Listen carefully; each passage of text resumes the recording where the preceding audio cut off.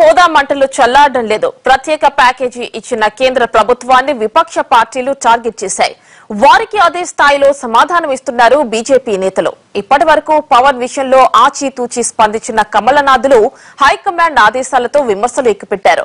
Package వల్ల కలిగే ప్రయోజనాలను ప్రజల్లోకి తీసుకువెళ్లాలని కమలనాథులు నిర్ణయించారు.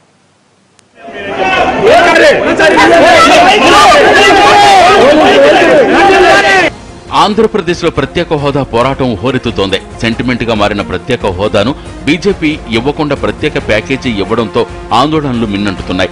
బీజేపీ నేతలపై జనాగ్రహం వ్యక్తమవుతోంది. ఏపీ బీజేపీ అధ్యక్షుడు విశాఖ ఎంపీ హరిబాబుకు చేదనుభవం ఎదురైంది. ప్రత్యేక ప్యాకేజీ గురించి అధిష్టాన పెద్దలకు ఢిల్లీలో కృతజ్ఞతలు తెలిపి వచ్చిన ఆయనకు విశాఖలో హోదా నిరసన శాఖలు తగిలాయి. ఎయిర్పోర్ట్లోనే హరిబాబును ఆందోళనకారులు అడ్డుకున్నారు. ఎంపీ డౌన్ డౌన్ అంటూ నినాదాలతో హోరెత్తించారు. హరిబాబు రాకముందే కొంతమంది ఆందోళనకారుల్ని పోలీసులు అరెస్టు చేశారు. అయితే హరిబాబు ఎయిర్పోర్ట్ నుంచి బయటకు రాగానే గుమిగూడిన మరికొంతమంది నిరసనకారులు ఆయన కారుకు అడ్డం పడ్డారు.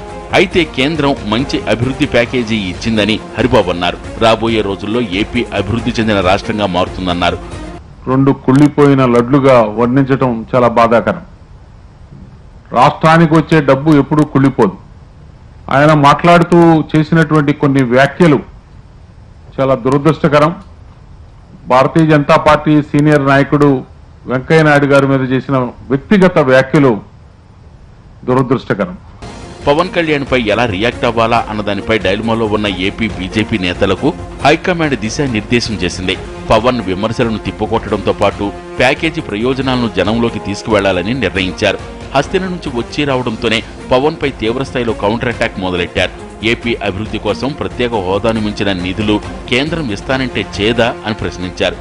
తప్పకుండా ప్రత్యేకమైన హోదా ఉంటే పరిశ్రమలు ఎక్కువగా వస్తాయి కాబట్టి ఈ రాష్ట్రానికి మేలు దొరుకుతుంది. మనకి అంతకన్నా ఎక్కువ మేలు జరగడానికి మేము చేస్తానంటే చేదా? మనకి ఏ రాష్ట్రాన్ని అభివృద్ధి చెందాలంటే కావాల్సింది నిధులు. మీరు లెక్క కట్టి 5-6 ఏళ్లలో ఎన్ని నిధులు స్పెషల్ స్టేటస్ ఇస్తే వస్తుందో దానికన్నా అదనంగా మేము ఇస్తామంటే మాకు కొంతమంది నాయకులు మాట్లాడుతున్నారు. కాకినాడ సభలో తీవ్ర వ్యాఖ్యలు చేసిన పవన్ కు కౌంటర్ ఇచ్చారు వెంకయ్య. లడ్డూలు పాచిపోతాయి గాని డబ్బులు పాచిపోవని చురకలంటించారు. న్యాయం చేసేందుకు నిరంతరం పోరాడుతున్న తనపై ఆరోపణలు చేయటం అర్ధరహితమన్నారు వెంకయ్య. పనిలో పనిగా కాంగ్రెస్ ను ఏకిపారేశారు. ఇప్పుడు తనను తప్పుపడుతున్న వారంతా విభజన సమయంలో ఎక్కడున్నారంటూ ఆగ్రహం వ్యక్తం చేశారు. కొత్తగా ఏర్పడిన రాష్ట్రాలు కేంద్ర సాయం లేకుండా ముందుకు సాగటం లేదన్నారు కేంద్ర మంత్రి. హోదా కావాలన్నా లేకపోతే జనానికి మేలు చేసే విధంగా అభివృద్ధి పదంలో అన్ని కలుపుకొని పోవాలన్నా దానికి మార్గం ఏంది? కేంద్రం నుంచి వచ్చేయాలా? రాష్ట్రంలో బీజేపీ వెళ్ళిపోతారు. తర్వాత ఏంది? కేంద్ర ప్రభుత్వ సహకారం లేకుండా కొత్తగా ఏర్పడిన రాష్ట్రాలు ముందుకు సాగడము కష్టము. ఏమాత్రము రాజకీయ పరిపాలన పరిజ్ఞానం ఉన్న ప్రతి ఒక్కరికి ఈ విషయం అర్థమవుతుంది.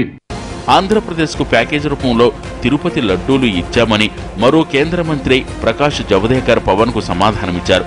తిరుపతి ఐఐటి క్యాంపస్ లో పర్యటించిన ఆయన ఏపీని కేంద్రం ప్రత్యేక దృష్టితో చూస్తుందన్నారు. ఏపీ ఇండస్ట్రియల్ క్యారిడార్ కు రానున్న 3 ఏళ్లలో 22,000 కోట్లు కేటాయించే అవకాశం ఉందన్నారు.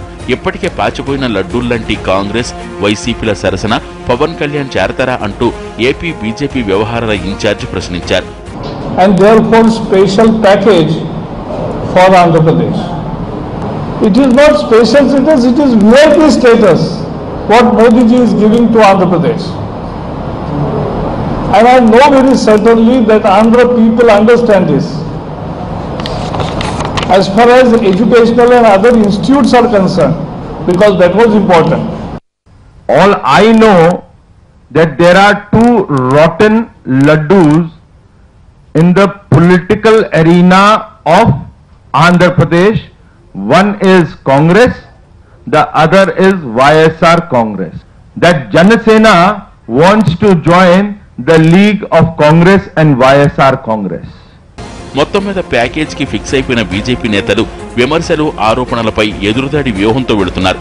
మరి దీనిపై జనసేనాని ఎప్పుడు ఎలా స్పందిస్తాడో చూడాలి.